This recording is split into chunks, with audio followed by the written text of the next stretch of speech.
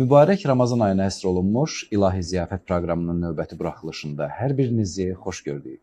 Bizim bugünkü mövzumuz Ramazan ayı Allahın ayıdır. Qonağımız isə ilahiyyatçı Hacı Eldayaq Hüseynovdur. Hacı, xoş gəlmişsiniz. Xoşunuza gərək, var olasınız, minnətdarım. Dəvətimizi qəbul edib gəldiyinizə görə biz sizə minnətdarlığımızı bildiririk. Siz sağ olun ki, dəyər verib dəvət etmişsiniz. Var olasınız.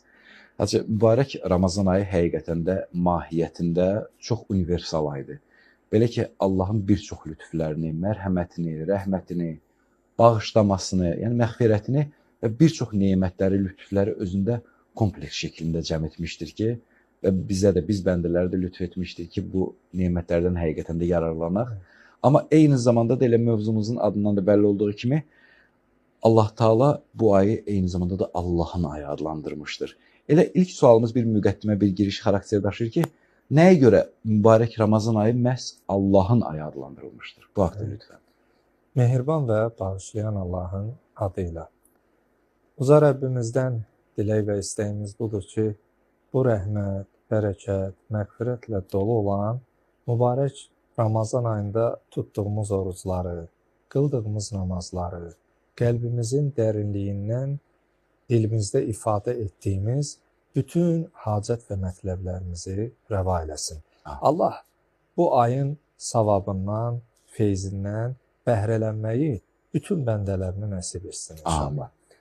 Bəli, doğrudan da bu ayın özünə məxsus digər aylardan fərqli və özəl cəhətləri var. Sözümə Quran-ı Kərimin Əl-Bəqərə surəsinin 185-ci ayəsi ilə başlamaq istəyərdim. Bismillahirrahmanirrahim. Şəhru Ramazan əlləzi unzilə fihil Qur'an. Hudən linnasi və bəyyinatin minəl huda vəl furqan.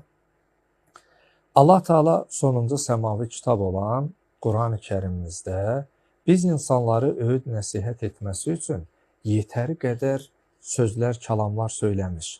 Amma əfsuslar, bilmirəm nədən, müəyyən səbəblərdən, fərqli məsələlərdən bizlər biraz Qur'anımızdan uzaq düşmüşük. Qur'anımızı oxumuruq.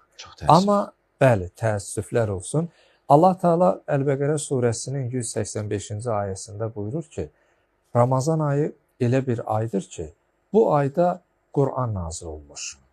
Unzilə fihil Qur'an və insanları düz yola yönəltmək və haqqı batildən ayırmaq üçün bizə bu kitabı, Qur'anı endirmiş. Niyə bu aya Allahın ayı deyilir?